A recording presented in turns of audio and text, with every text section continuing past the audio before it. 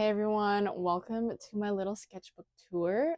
I am super excited to share the sketchbook with you all because I very rarely share my sketchbooks because I don't complete a lot of sketchbooks because I find it really hard to complete sketchbooks. So I think that's relatable. I think sometimes when we're doing sketchbooks, they can be really hard to do because of perfectionism, comparison, things like that. So hopefully, maybe this might encourage you to complete your sketchbook, to do some work in your sketchbook, because this is kind of one of the few sketchbooks I feel like I've cracked it. I've figured out what to do and I've learned what I'm going to do in the future so that I can actually complete my sketchbooks. If you are looking for a sketchbook with perfect pages, with every page being like really good, you're going to have to go somewhere else because you're not going to find it here. This page is like, it's every page is not perfect. I'm telling you that right now. So yeah, I love sketchbooks that have perfect pages, but you're not gonna find that here. You're gonna have to go someplace else. So okay, so this is a Talons art creation sketchbook. I really like using Talons. The one thing I've noticed with using this one though is that sometimes when you're doing things like watercolor, it doesn't hold the paint that great, but for what do you like, what do you expect? These journals, they're not very expensive, they're pretty cheap, so that's why it's like reasonable. I'm okay with it.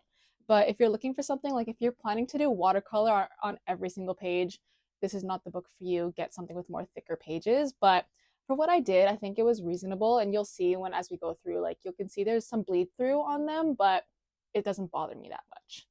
Okay, so I do really like the size of this for what I was doing. I'm probably going to go to a bigger sketchbook because I feel like I'm back into sketchbook using. I want to do it more. So I'm probably going to go for a bigger sketchbook. But the reason I bought this one in the first place was because I knew that sketching and using my sketchbook is really hard for me. So I wanted to keep things small. So this is a really great size if you kind of just want like a travel book or you just want to keep things small so that you're not feeling like there's too much and you get overwhelmed. Great size to start out with. Okay, so as you can see, this sketchbook took me like 2 years to complete because I couldn't get work done in it. I kept bringing it places, but I never really would work on it. So, but sometimes the sketchbooks that take over 2 years to complete are kind of the best sketchbooks. So I'm very happy with it. It's finally complete. These are some stickers that were just gifted to me by people. It's extremely random, but I always ask people to give me stickers if they can, and then I just stick them in my books. So this is the first page. I wrote this in after a little like over a month or so ago. Actually, I don't do it pretty like I don't. The first page, everyone knows the first page is really difficult to get through. So the first page I leave blank until I realize what I want to put in it, and then I'll come back and I'll put work in it. But basically, that's what this was. It was just me reminding myself that we're just here to play, and a fish, which you will see will be you'll understand why the fish is there. Okay, so my first few pages, doing little exercises. You got to warm up your wrists, warm up your hands before you start doing your work. So that's what my first page is usually for. So I also want to say, like, this book, I probably did most of the work this past couple of months. So for like August 30th to around maybe February of 2025, maybe like this much of the book was completed. And the last couple of months is when I really got to work on it and I really got into it. So if that matters, the timeline, that's the timeline. Okay, first page, self explanatory. The first couple of pages, I was doing planning for Peachtober, which is like a drawing challenge that everyone does in like the month of October. Everyone does those challenges. So I was planning out different pages. So I started this around like the fall-ish time. So I was just planning around what I was going to draw, and yeah, some quick pencil sketches, and that's really it. They never really turned into anything more, but that's what they are. And then here we go, the fish. Something clicked in me around, I want to say like 2024. Something clicked in me that was like, let's just do a fish sketchbook. And that's where this came from, this idea. I got this idea that like fish are really cool, and let's just fill up this whole sketchbook with fish. And I think I was doing it as a joke at first, but now I realize it's actually the best thing I could have done for my sketchbook. And a lot of these are like, I don't know what I'm doing, but I'm just putting a fish in here. But I think what happened was having this thing of making a fish every day really changed things because I would approach my sketchbook and I was like, okay, well, I know I need to do a fish, and that's all I need to do. I wasn't spending so much time trying to figure out a reference and figuring out what I'm going to draw in the first place. I'm just going to make a fish. And that changed everything. This was actually done by a friend. Sometimes I ask my friends to do a page because I like having my friends participate in things. Okay, anyways, I'm going to go a little bit more into kind of like what these things are. This here, I got some, it's oil pastel, and then I tried to seal it with acrylic medium, and it messed up real bad because I used some paint pen like Posca pen, and it smeared everywhere. So if you're doing acrylic mediums, don't use anything water based because this will happen. But yeah, like this is the stuff you're gonna learn by doing it in your sketchbook. I wanted to just test it out and see what would happen, and yeah, I learned that that is what happens. So yeah, even if you make your mistakes, always write down what happens. So at least you can learn from it. Some crayon stuff. And some of these like I did mostly in order, but sometimes I had some blank pages, so I would come back and do stuff in there. So it is pretty in order, but not 100%. Sometimes I went back and I would fill in pages. This is all made with gouache paint. This was, I remember making this in the summertime, and it's crazy to me because like I made this probably in like 2023, 2024, but now here in 2025, I would make it so differently. Like these past 2 years, I've like improved so much when it comes to fish. Like I don't mess around.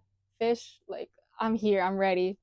But yeah, I also really just like this style though too. Like I would do this again if I could. I think it's like it's great. Sardines.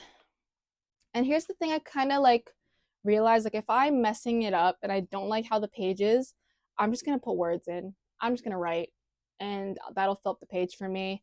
Sometimes I'm literally just writing like this is hard, but it fills up the page.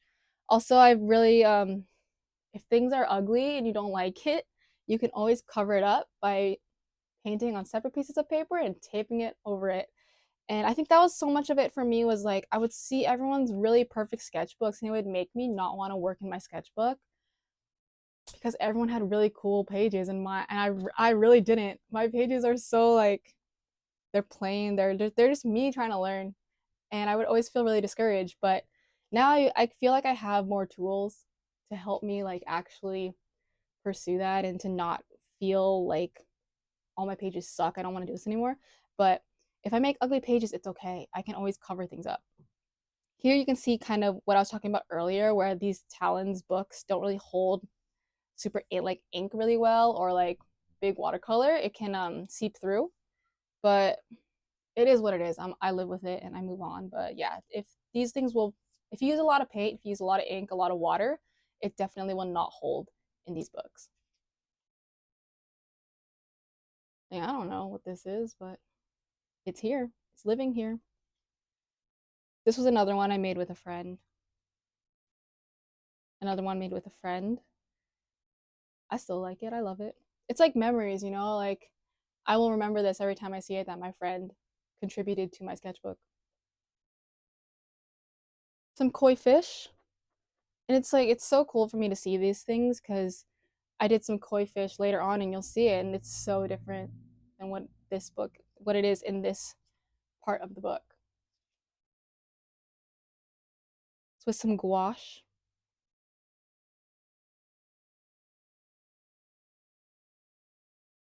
This one here, I love this because it feels like it could be like in a children's book type of thing. And I really like that concept of like maybe one day doing something like that. And this feels very like something I would do and like publish it.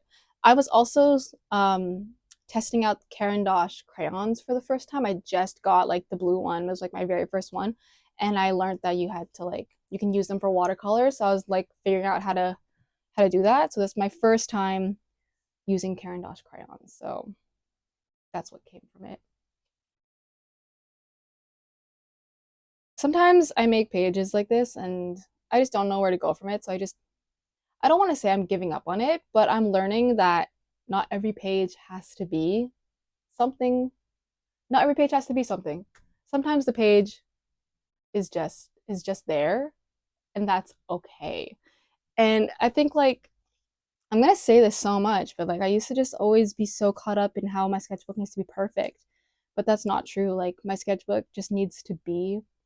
And I think that's why I love sharing these sketchbooks though, because I want people to know like your sketchbook is meant to be like just a place for these images to live. Like it's just a place. It doesn't need to be perfect in any way. This is with some gouache. And like things like this though, like I was really learning like I would never do this now. Like the fin is way too far back. The fin would be a lot more closer. And like it's learning to make fish, like so many fish, you learning things about like their anatomy and stuff. You're learning like the placement of their fins. Most of the time they always have just one fin on the top and things like that. And yeah, like I'm filled with a ton of fish facts now. I can if there's fish trivia somewhere, I could do really well because of all of the things I've learned about fish from doing this sketchbook. This I had some extra watercolor paper and I didn't want to waste it. So I did some like just some testing of like watercolor on it and then I just stuck it in here. This is also with some watercolor and I got really into watercolor because of this sketchbook and because of this like fish exercise because a lot of the tutorials that I looked up, everything was like watercolors. So I was like, well, I do have a lot of watercolor. I might as well try and like practice with it, which was fun though. Like I feel like I actually really like watercolor now. I'm really learning that it's a really good medium because I used to use acrylic and gouache all the time, but now I'm using watercolor more because I don't think I'm as scared of it because I used to be really scared of it. This here is with some Copic markers and they bled through like crazy, so that's why there's a thick layer of gouache paint here. And here I did big gouache paint because they bled through really heavy. But this was cool. Like I got to practice with some markers, which I don't do ever. I never use markers. So yeah, this was pretty cool to try out. And then here I tried to do it at like a different angle. And yeah, it didn't really. Hey, I tried it. It doesn't look horrible, but it's not like I didn't want it for everyone to see, so that's why I covered it up. But I'm not scared to share it, so there you go. Some more fish. And I like this thing where I was taking tape and I would put it on top and just write on it. I think it just adds like another layer to it, and I really like that.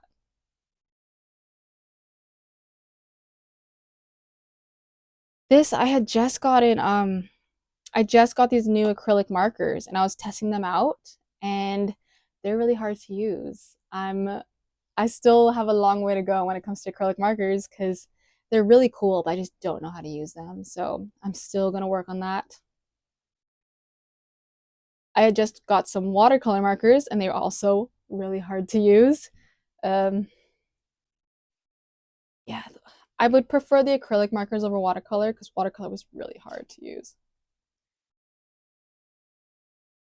Just more stuff, more fish. I got these off of this was a reference off of Pinterest. I mainly get my references off Pinterest or I'll follow tutorials on YouTube or something like that.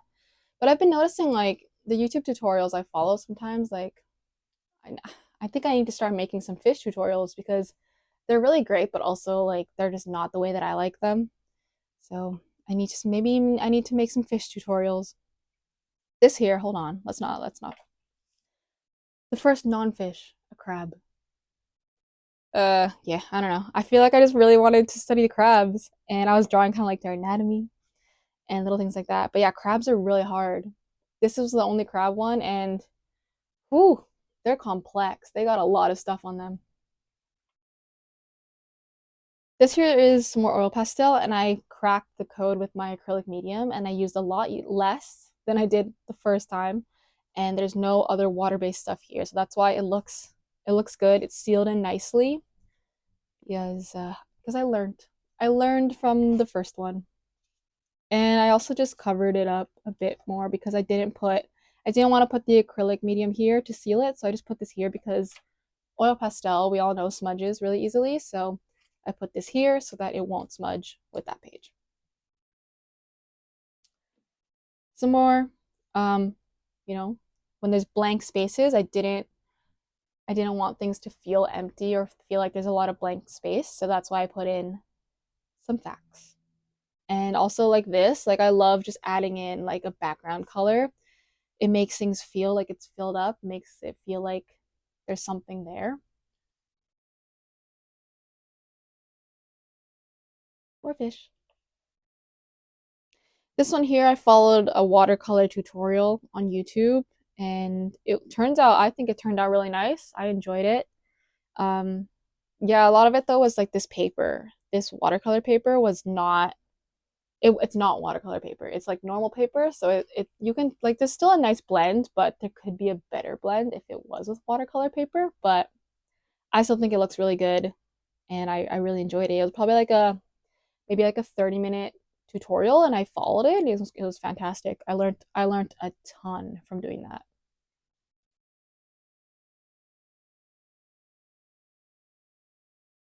This here I did my first sketch and then I was like I can do better. So I did another sketch.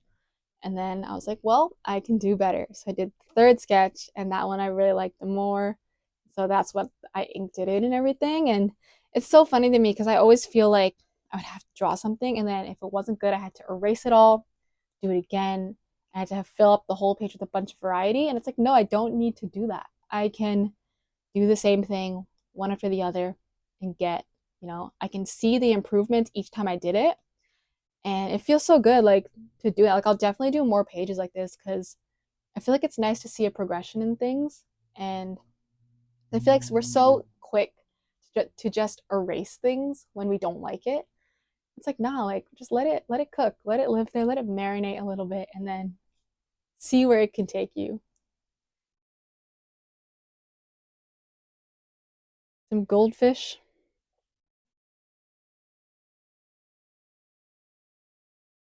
And it's like not every page you make has to be so serious. Truly, they don't need to be that serious.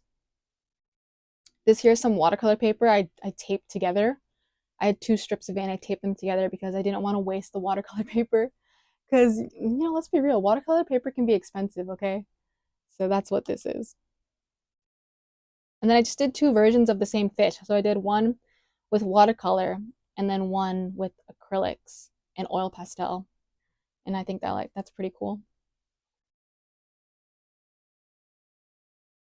And here I did an orca, which is not a fish. I apologize, but I wanted to try out an orca.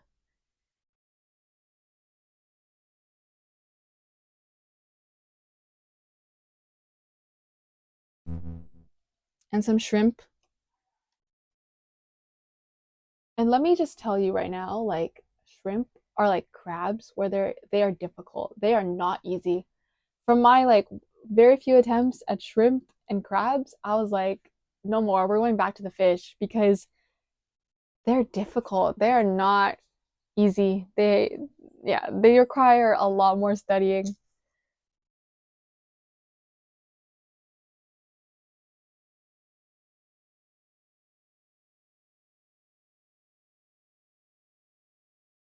Let me reposition a little bit because we got the sun here now.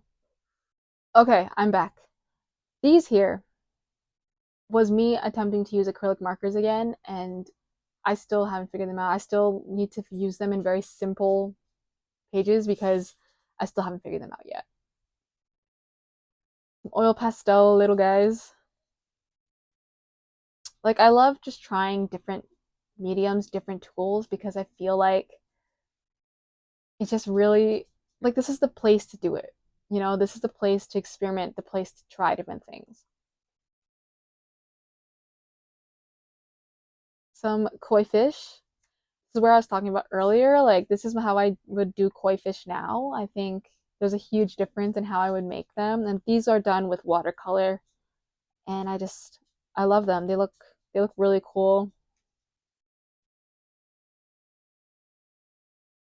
This is with some pencil crayon, and I just did a gouache background.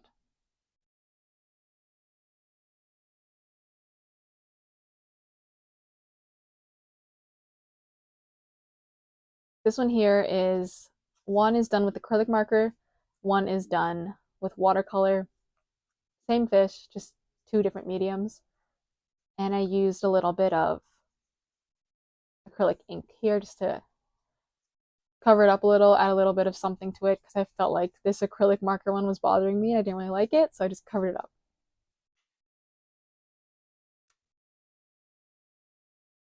Little study on a brook trout. Watercolor, also pencil crayons.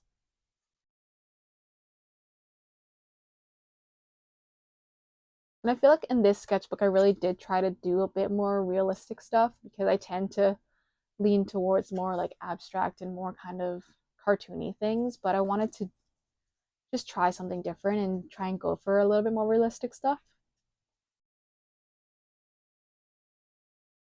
This here is a little goldfish tutorial I followed, and the artist, he said, you should focus on the fun. And I was like, yeah, sums up everything right here. Focus on the fun.